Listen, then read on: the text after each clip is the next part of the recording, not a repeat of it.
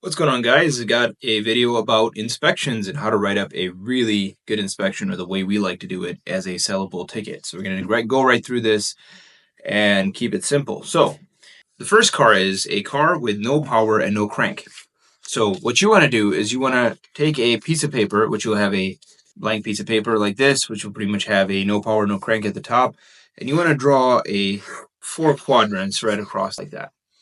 And in the first top left quadrant, you write initial.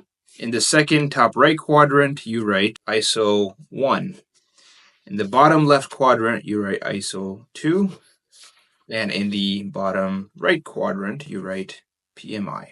So it looks like this. Hopefully you can see that. Once again, ISO initial, number 1, number 2, 3, and 4. And you can actually even number them, so you keep it simple for yourself. Number 1, 2, 3, and 4. And you're going clockwise on this one, so you're going to go top left, right, down, right. So the initial is exactly what it sounds like. It is the initial thing that you would approve. So in the case of a car coming in with no crank, no start, no power, the initial would be a diagnosis. You want to get a diag. So you would write in here diag. So if that car comes in, that's the only concern, you would write down diag in that column where it says initial.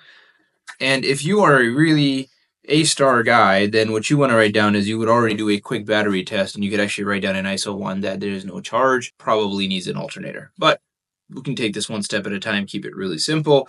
But you could say no power, need diag.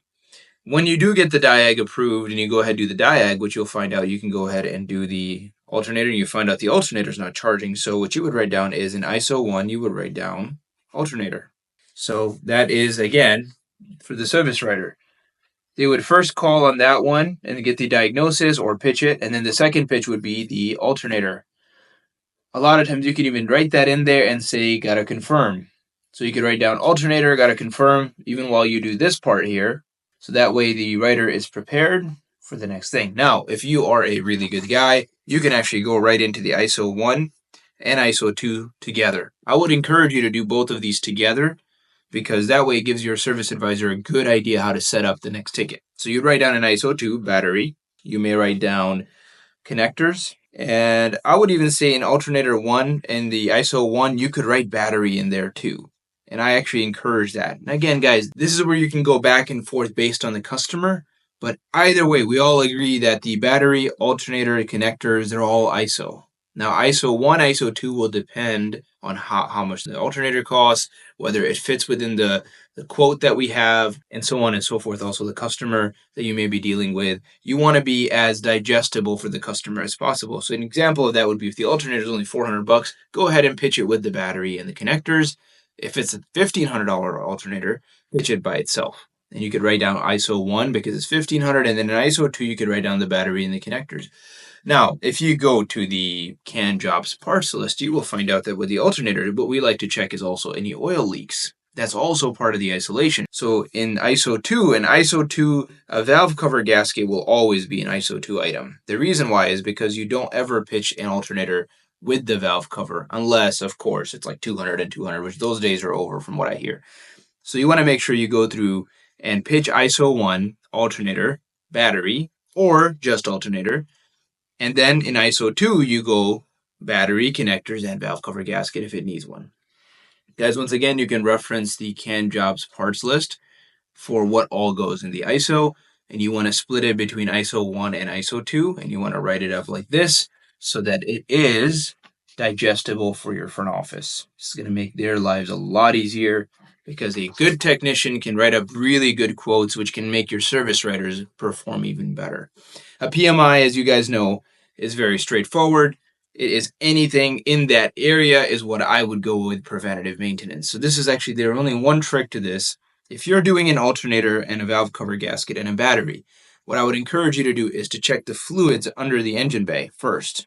Engine bay fluids. I'll also check the belts. Pretty much anything in the engine bay that looks neglected. An engine bay. If you can do that, starting out with the engine bay, because it's easy for a customer to be like, oh yeah, they're doing an alternator, so yes, in fact, they did notice that the brake fluid is dirty, or that the coolant needs to be flushed, or whether it needs a tune-up, or whether it's got another leak here somewhere.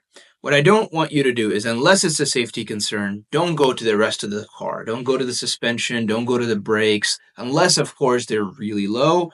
In most cases, you're going to have a harder time pitching that to a customer because they're like, well, why are you going from an alternator all the way to my brakes? Especially if it already has neglected fluids, or if it has neglected belts, or if it has any other leaks. It's a lot easier for you to do that. Also, as a technician, it's a lot easier to do that work because if you're doing an alternator, by the way, belt's part of the alternator ISO, so maybe not belt or pulleys in this case, but in generally, you want to go and stay in that area because one, it's easier to digest for a customer that, hey, they're doing this work, they're not trying to sell me things. And two, as a technician, it's easier for you to do the work because you already actually are right there. So I would encourage you on a PMI to first start out with the area that you're in, and then if everything looks good there, then go ahead and move on to everything else, unless, of course, it is a safety concern. So to recap, guys, diagnosis, initial was the case in diagnosis for this one. Pitch number 2 was the isolation, which in this case you could do alternator and battery. Number 3 was the isolation 2, which is anything in that system like the belts, the pulleys, but also any leaks like valve cover gaskets and so on. Number 4 is the PMI, starting out with the system and right around the engine bay where you're working, and then moving on away from there unless it's a safety concern. Guys, this is a 4-step process. This is why we call it running around the bases. This is base 1, base 2, base 3, and home.